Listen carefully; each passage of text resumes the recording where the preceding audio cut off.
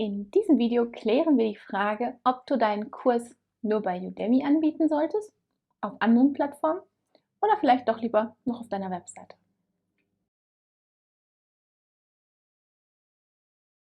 Ja, wie gesagt, wir haben so ein Love-Hate-Relationship mit Udemy, ne?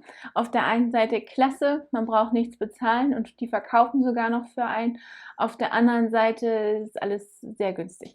So, was passiert denn nun, wenn wir unseren Kurs nur dort einstellen? Ja, zum ersten Mal ist das eine gute Idee, ne? Also, ist schon mal drin, kostet dich nichts. Du kannst, einfach weiter produzieren und Udemy macht den Rest. Wie gesagt, so ganz so einfach ist es nicht. Es ist immer gut, wenn du dein eigenes Marketing hast. Deswegen, ich würde mich nicht darauf verlassen, einfach nur deine Kurse zu produzieren, einzustellen und zu hoffen, dass Udemy alles verkauft. Ja, aber wo denn dann noch, ne? Da gibt es dann noch Skillshare, es gibt Amazon Video Direct. Wo kann man denn jetzt noch seinen Kurs einstellen? Oder macht man es doch lieber auf der eigenen Webseite? Und darüber wollte ich mit dir in diesem Video sprechen. Was ist mit deiner eigenen Webseite?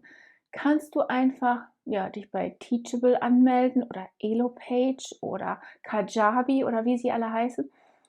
Dann zahlst du im Monat eine nicht unerhebliche Gebühr. Ja, nicht unerheblich, so eine Sache. Ne? Ein Ladenlokal wäre wesentlich teurer. Ne? Also sagen wir, du bezahlst so um die 50 Euro im Monat. Und verkaufst dann auf deiner Plattform deinen Kurs. Du hast dann einen Mitgliederbereich, du hast einen Zahlungsanbieter, du hast ja eigentlich alles, was du brauchst, ne, für dein Geschäft. Also von daher ist es doch schon sehr günstig eigentlich. Ne? Aber du hast dieselben Preise, die du auch bei Udemy hast, weil du kannst ja nicht da für Hunderte von Euro verkaufen und auf der anderen Seite für einen Zehner. Was nun? Was machen wir denn da? Die ultimative Idee. Also, wie wäre es damit? Du bundelst deine Kurse. Das heißt, in der Regel, so machen das zumindest die normalen Menschen, ich jetzt nicht, aber die normalen Menschen machen das so, die haben ein Thema und machen um dieses Thema herum immer wieder neue Kurse. Und das heißt, sie können auch viele Kurse zusammen verkaufen und dafür einen höheren Preis verlangen. Das wäre eine Möglichkeit. Ne? Also du hast jetzt, ich sag mal, ich denke gerade darüber nach, ich habe einen Kurs Bloggen für Kreative, dann habe ich aber auch noch einen Kurs Präsentieren. Ja, irgendwie gehört das zusammen, ne? Weil wer einen Blog hat und kreativ ist, der muss auch irgendwie präsentieren können, sei es im Video oder halt wirklich eine Präsentation. Also könnte der sehr gut dazu passen. Und, oder digitale Produkte erstellen, haben wir auch einen Kurs, der würde ebenfalls zu dem passen, weil wenn du kreativ bist im Internet unterwegs, willst du deine Produkte verkaufen, dazu musst du sie natürlich auch erstellen können. Also deswegen würde der auch schön passen.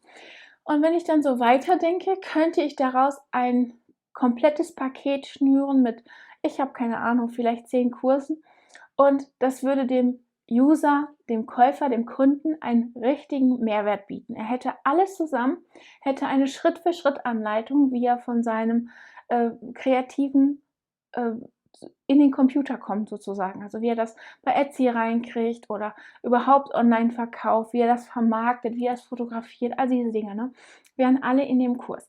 Das wäre eine Möglichkeit. Und in dem Moment kann ich es dann auf meiner Webseite hochpreisiger verkaufen. Ne? Dann habe ich ja ein Bundle geschaffen von verschiedenen Produkten und Informationen, also ein komplett neues Produkt letztendlich. Und das kann ich natürlich zu einem komplett anderen Preis verkaufen als bei Udemy. Das wäre eine Möglichkeit. Ne? Eine andere Möglichkeit, die ich schon gesehen habe, ist, die Leute haben einfach noch Coaching verkauft. Ja? Also ein bekannter Dozent bei Udemy verkauft auf der einen Seite eine Udemy Masterclass auf seiner Webseite, die kostet da knappe 500 Euro. Und gleichzeitig geht er aber auch hin und verkauft noch ein Coaching. Ja, also wenn ich jetzt, ich sag mal, gucken lassen möchte, ob mein Udemy-Kanal, warum der nicht genug Geld verdient, wäre er wahrscheinlich der richtige Mann, der da mal drauf gucken kann und mir sagen kann, das und das machst du falsch. Und dann kann er sein Coaching verkaufen. Ne? Ist wahrscheinlich eine gute Idee.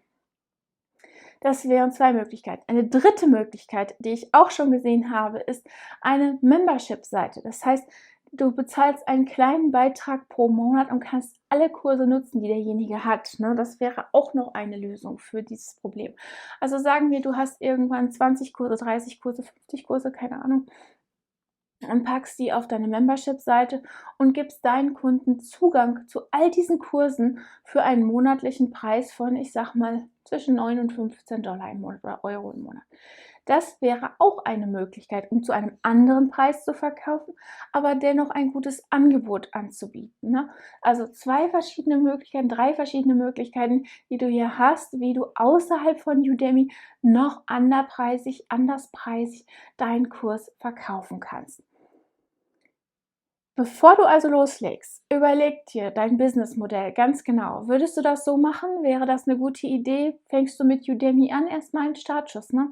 Erstmal deinen Kurs da einstellen, da verkaufen und dann von da aus weitermachen, ne? Und von da aus dann vielleicht auf der eigenen Webseite verkaufen oder noch auf anderen Plattformen. Das kannst du dann natürlich frei entscheiden.